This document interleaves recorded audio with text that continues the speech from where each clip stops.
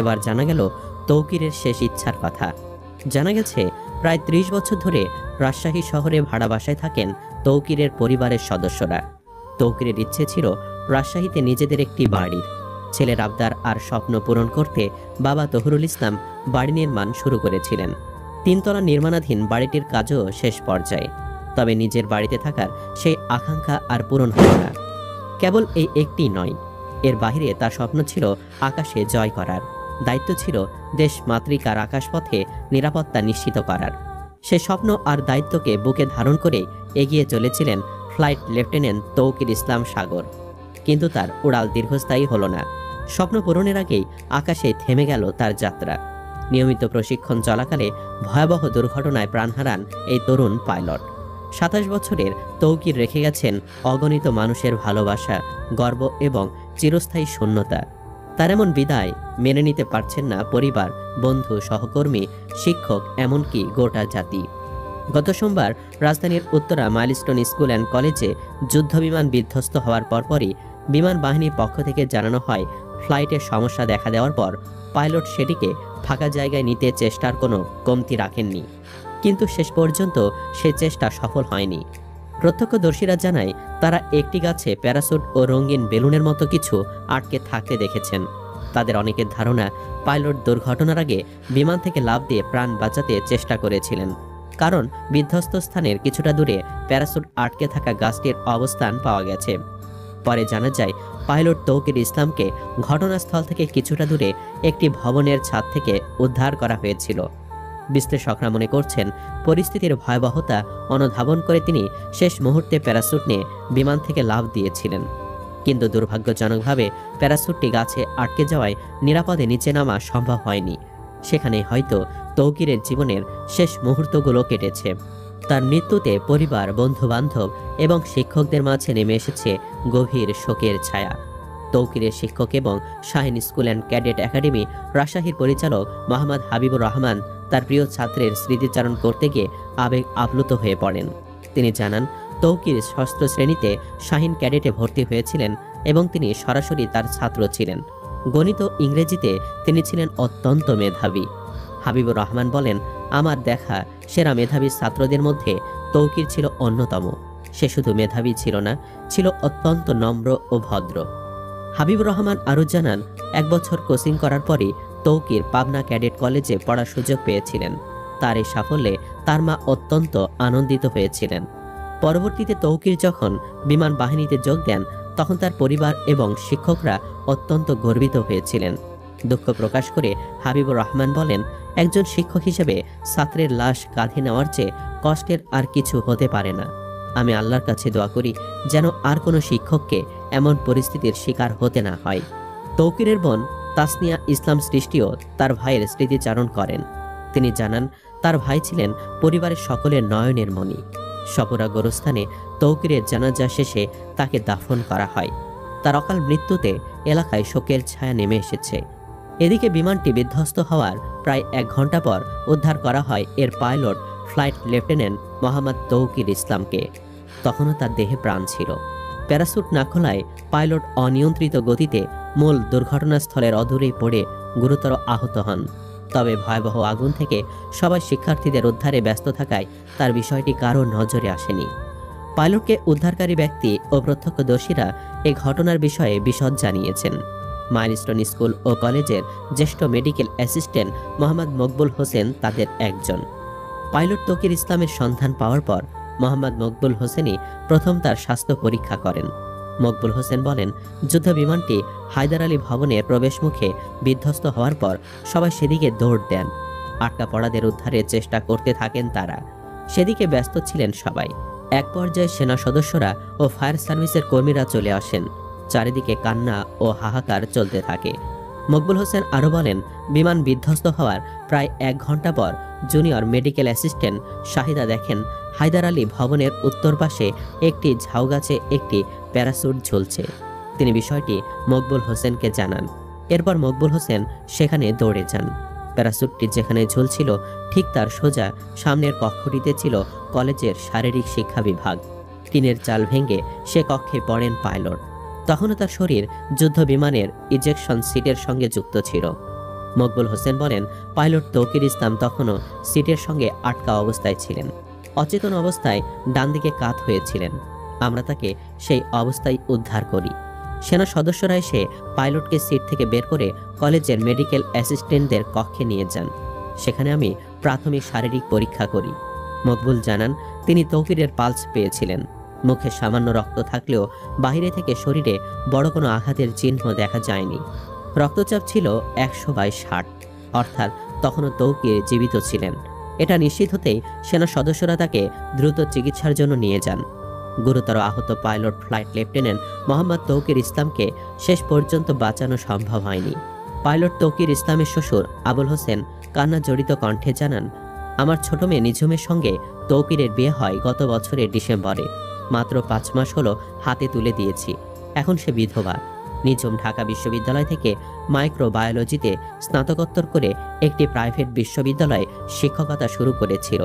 আজ সে মানসিকভাবে পুরোপুরি ভেঙে পড়েছে। ঘুমের ঔষধ দিয়ে ঘুম পাড়িয়ে রাখা ছাড়াও উপায় নেই। তিনি আরও বলেন, দুর্ঘটনার দিন তাদের প্রথমে জানানো হয় তৌকির নিখোঁজ। ঢাকায় ছুটে গিয়ে মুমূর্ষ অবস্থায় দেখতে পান তাকে। হাসপাতালের বেডে নিথর পড়ে থাকা ছেলেটিকে দেখেও যেন বিশ্বাস হচ্ছিল না। ঘটনার দিন কন্ট্রোল রুমের দায়িত্বে থাকা কর্মকর্তার কাছ থেকে জানা যায়, আকাশে ওড়ার কিছুক্ষণের মধ্যেই তৌকির বার্তা দেন, বিমানটি নিচে নেমে যাচ্ছে, উপরে ওঠানো যাচ্ছে না। তাকে প্যারাসুট নিয়ে ঝাঁপ দিতে বলা হলেও নিচে ঘনবসতিপূর্ণ এলাকা দেখে বিমানটি খোলা মাঠের দিকে চালানোর চেষ্টা করেন তিনি। শেষ মুহূর্তে বেরিয়ে যাওয়ার চেষ্টা করেও পারেননি। দেশকে বাঁচাতে গিয়ে নিজেকে বিসর্জন দেন। এই অশ্রুসিক্ত মানবিক অধ্যায়টি কেবল একটি দুর্ঘটনার বর্ণনা নয়, বরং এক শহীদের আত্মত্যাগ, এক পরিবারের অপূরণীয় বেদনা এবং একটি রাজনৈতিক দলের মানবিক সংবেদনশীলতার সাক্ষ্য হয়ে থাকবে। অন্যদিকে দুর্ঘটনার ক্ষত এখনও স্পষ্ট মাইলস্টোন স্কুল অ্যান্ড কলেজ চত্বরে। সাজানো গোছানো ক্যাম্পাসটির একাংশ যেন পরিণত হয়েছে ধ্বংসস্তূপে। দুর্ঘটনার 3 দিন পরেও আশপাশের বাতাসে ভাসছে পোড়া গন্ধ। গুমট এক পরিবেশ, চিরচেনা কোলাহল, শিশির কণ্ঠের হাসি, আনন্দ সব যেন বিলীন। প্রধান ফটক বন্ধ থাকলেও বাহিরে ভিড় করছেন উৎসুক জনতা। প্রতিনিয়তই বাড়ছে সেই ভিড়ের পরিধি, চোখে মুখে আতঙ্ক আর বিস্ময়। অচেনা এক শূন্যতা ঘিরে ধরেছে স্কুলটি, যেখানে প্রতিদিন প্রাণচঞ্চল ছেলেমেয়েরা ছুটে বেড়াতো। আজ সেখানে যেন বাতাস বোবা। একসঙ্গে হারিয়ে যাওয়া তাজা প্রাণ আর তরুণ পাইলটের অকাল মৃত্যু কেবল পরিবারের নয়, গোটা জাতির কাছে এক অপূরণীয় ক্ষতি। বন্ধুরা, দেশবাসী এখনো তৌকিরকে ভুলতেই পারছে না। একদিকে সন্তান হারানোর শোক, অন্যদিকে স্বামী হারানোর শোক। কারো থেকে কেউ কম দুঃখী নন। তাই তো একসাথেই কাঁদছেন বউ শাশুড়ি। বলছি তৌকিরের স্ত্রী ও মায়ের কথা। দিনকে দিন সবাই তৌকিরকে ভুলে যেতে থাকলেও কিছুতেই ভুলতে পারছেন না মা ও স্ত্রী। কেননা তৌকিরের মৃত্যুতে এই দুজনের ক্ষতিটাই তো সবচেয়ে বেশি হয়েছে। কি নির্মম এক বাস্তবতা! যে ঘর একদিন ছেলের কোলাহলে মুখর ছিল, আজ সেই শূন্য ঘরে পড়ে আছেন মা আর তার আদরের সন্তান চিরনিদ্রায় শায়িত কবরের শীতল মাটিতে। এই মায়ের পৃথিবী জুড়ে এখন শুধুই হাহাকার। তিনি বলছেন, চোখ বুঝলেও শান্তি নেই, বরং কল্পনায় ভেসে ওঠে সন্তানের মায়া ভরা মুখ, যা তার হৃদয়কে বারবার ভেঙে চুরমার করে দিচ্ছে। জানাজার মাঠে তার আহাজারি আর সন্তানের জন্য সবার কাছে দোয়া চাওয়ার দৃশ্যটি উপস্থিত সবার হৃদয়কে নাড়িয়ে দিয়েছিল। এবারের দৃশ্য যেন সেটাকেও ছাপিয়ে যাচ্ছে। আপনজনেরা তাকে সান্ত্বনা দেওয়ার চেষ্টা করছেন, কিন্তু সব সান্ত্বনায় যেন আজ অর্থহীন। সন্তানের বিদায়ের এই যন্ত্রণা যে কেবল একজন মাই বুঝতে পারেন। এই একই শোকের সাগরে ভাসছেন আরও একজন। শাশুড়ির পাশে নীরবে চোখের জল ফেলছেন পাইলট তৌকিরের স্ত্রী নিঝুম। এত অল্প বয়সে প্রিয়তম স্বামীকে হারানোর এই কঠিন বাস্তবতা তিনি কিছুতেই মেনে নিতে পারছেন না। তাদের সাজানো সংসারের পথ চলা তো মাত্রই শুরু হয়েছিল। হাজারো স্বপ্ন আর ভালোবাসায় ভরা ছিল তাদের নতুন জীবন। শোনা যায়, নিঝুম প্রথমে নিজের ক্যারিয়ারকেই প্রাধান্য দিতে চেয়েছিলেন, কিন্তু তৌকিরের মতো এমন অমায়িক ও বিনয়ী একজন মানুষের সন্ধান পেয়ে তিনি আর নিজেকে আটকে রাখতে পারেননি। এমন একজন মানুষকে জীবনসঙ্গী হিসেবে পেয়েছিলেন, যিনি ছিলেন কল্পনার চেয়েও সুন্দর মনের অধিকারী। আর সেই মানুষটি আজ তাকে একা করে পাড়ি জমিয়েছেন না ফেরার দেশে। স্বামীর শেষ কৃত্যের পর থেকে তিনি মানসিকভাবে এতটাই বিপর্যস্ত যে ঘুমের ঔষধ দিয়ে তাকে কিছুটা শান্ত রাখার চেষ্টা করা হচ্ছে। যখনই একটু খাওয়া দাওয়ার জন্য তাকে জাগানো হচ্ছে, তখনই আবারও হয়ে যাচ্ছেন অস্থির। এদিকে বিমান বিধ্বস্তের ঘটনায় যেসব শিক্ষার্থী মানসিক ট্রমায় ভুগছে তাদের কাউন্সেলিং সেন্টারে নিয়ে আসছেন অভিভাবকেরা। উদ্দেশ্য এই শিক্ষার্থীদের মানসিক ট্রমা থেকে বের করে আনা, পড়ালেখায় মনোযোগী করা। আবার যুদ্ধবিমান বিধ্বস্তের ঘটনা কাছ থেকে দেখা অভিভাবকেরা কাউন্সেলিং নিচ্ছেন।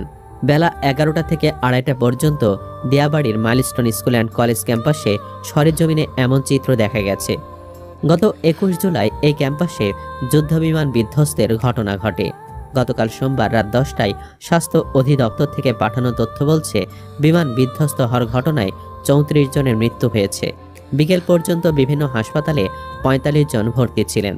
ভয়াবহ এই ঘটনার পরিপ্রেক্ষিতে মাইলস্টোনের এই ক্যাম্পাসে পৃথক 3টি ভবনে কাউন্সেলিং দেওয়া হচ্ছে। বিমান বাহিনী ও ব্র্যাকের মনোরোগ বিশেষজ্ঞরা শিক্ষার্থী, অভিভাবক, কর্মকর্তা কর্মচারীদের এই সেবা দিচ্ছেন। ক্যাম্পাসে বাংলাদেশ বিমান বাহিনী স্থাপিত অস্থায়ী চিকিৎসা ক্যাম্পে চিকিৎসা সেবার কার্যক্রম চলছে। শিক্ষা প্রতিষ্ঠানের 8ম শ্রেণীর শিক্ষার্থী দেবস্মিতা রায়কে নিয়ে কাউন্সেলিং সেন্টারে এসেছিলেন বাবা মনোজ রায়। তিনি বলেন, যুদ্ধবিমান বিধ্বস্তের দিন তার মেয়ে ক্যাম্পাসে ছিল। চোখের সামনে মর্মান্তিক এই ঘটনা দেখে সে ট্রমায় ভুগছে। এখন মেঘের গর্জন শুনলেও ভীষণ ভয় পাচ্ছে, আতঙ্কিত হয়ে যাচ্ছে। তাই তাকে স্বাভাবিক করতে কাউন্সেলিং সেন্টারে নিয়ে এসেছেন। কাউন্সেলিং নেওয়ার পর দেবস্মিতা রায় জানায়, ভয় না পেতে তাকে পরামর্শ দেওয়া হয়েছে। পাশাপাশি ডিপ ব্রেথিংয়ের একটি ব্যায়াম শিখিয়ে দেওয়া হয়েছে। 4র্থ শ্রেণীর শিক্ষার্থী অভ্র সাধু এখন পর্যন্ত কথা বলতে পারছে না বলে জানান মা সুস্মিতা সাধু। কাউন্সেলিং সেন্টারের সামনে অপেক্ষা করার সময় তিনি বলেন, সন্তানকে নিয়ে দুশ্চিন্তায় পড়ে গেছেন, তাই চিকিৎসকদের পরামর্শ নিতে সন্তানকে নিয়ে এসেছেন। যুদ্ধবিমান বিধ্বস্তের জায়গাটি দেখতে এখনও মাইলস্টোন ক্যাম্পাসে আসছেন অনেকে। অভিভাবক জেসমিন বেগম বললেন, তার সন্তান ভীষণ আতঙ্কিত। সে বলেছে ক্যাম্পাসের ভেতরে সে আর ঢুকবে না। তাই তিনি নিজে পরিস্থিতি দেখার জন্য ঘটনাস্থলে এসেছেন। ঘটনার দিন ঘটনাস্থলের পাশে ছিলেন জানিয়ে এই অভিভাবক বলেন, এভাবে সন্তানদের মৃত্যু তিনি মেনে নিতে পারছেন না। সেদিনের হৃদয় বিদারক ঘটনা মাথা থেকে বাদ দিতে চেষ্টা করছেন তিনি। বিমান বিধ্বস্তের পর থেকে শিক্ষা প্রতিষ্ঠানটিতে ক্লাস পরীক্ষা বন্ধ আছে। তবে কাউন্সেলিং ও চিকিৎসা নিতে আসা শিক্ষার্থী অভিভাবকদের সঙ্গে দেখা করতে কয়েকজন শিক্ষক ক্যাম্পাসে এসেছেন। স্কুল শাখার গণিতের শিক্ষক আবু জাফর বলেন, অপ্রত্যাশিত এই ঘটনায় সহপাঠীদের হারিয়ে এখনও ব্যথাতুর হয়ে আছে শিক্ষার্থীরা। তাই তিনি শিক্ষার্থীদের সান্ত্বনা দেওয়ার চেষ্টা করছেন। বিমান বাহিনীর স্কোয়াড্রন লিডার ওয়ালি উল্লাহ খান প্রথম আলোকে বলেন, উল্লেখযোগ্য সংখ্যক শিক্ষার্থী অভিভাবকদের সঙ্গে নিয়ে আজ কাউন্সেলিং সেন্টারে সেবা নিতে এসেছে। বিমান বাহিনী বিশেষজ্ঞরা শিক্ষার্থীদের সেবা দিচ্ছেন। ক্যাম্পাসে এসে অনেক শিক্ষার্থী পরিচিত বন্ধুদের দেখা পেয়ে জড়িয়ে ধরে কান্নায় ভেঙে পড়ে, পরস্পরের সঙ্গে কথা বলে। ক্যাম্পাসে প্রবেশের পর ডান দিকের একতলা ভবনের একটি কক্ষে আহত ও নিহত শিক্ষার্থীদের স্কুল ব্যাগ রাখা হয়েছে। প্রতিটি ব্যাগে সাদা কাগজে শিক্ষার্থীর নাম পরিচয় লিখে রাখা হয়েছে। অনেকে এসে সেসব ব্যাগ দেখে স্মৃতিকাতর হয়ে পড়ে। আপনারা জানতেই পেরে গেছেন যে তৌকির কিভাবে মৃত্যুবরণ করেছে। সে দেশের জন্য নিজের জান দিয়ে দিয়েছে। সে মানুষকে বাঁচানোর জন্য সে একেবারে প্লেন থেকে সে চলে যায়নি। সে ইজেকশন সুইচ দাবিয়ে সে উপরে ওঠে এবং প্যারাশুটের মাধ্যমে নিচে নেমে যায়নি, কিন্তু সে একেবারে যেখানে শুনশান জায়গার দিকে প্লেনটিকে নিয়ে যাওয়ার চেষ্টা করছিল। দেখুন, এটাই হচ্ছে দেশভক্ত কি বলে, তাই না বন্ধুরা? তৌকিরকে ভালোবাসলে লাইক করবেন।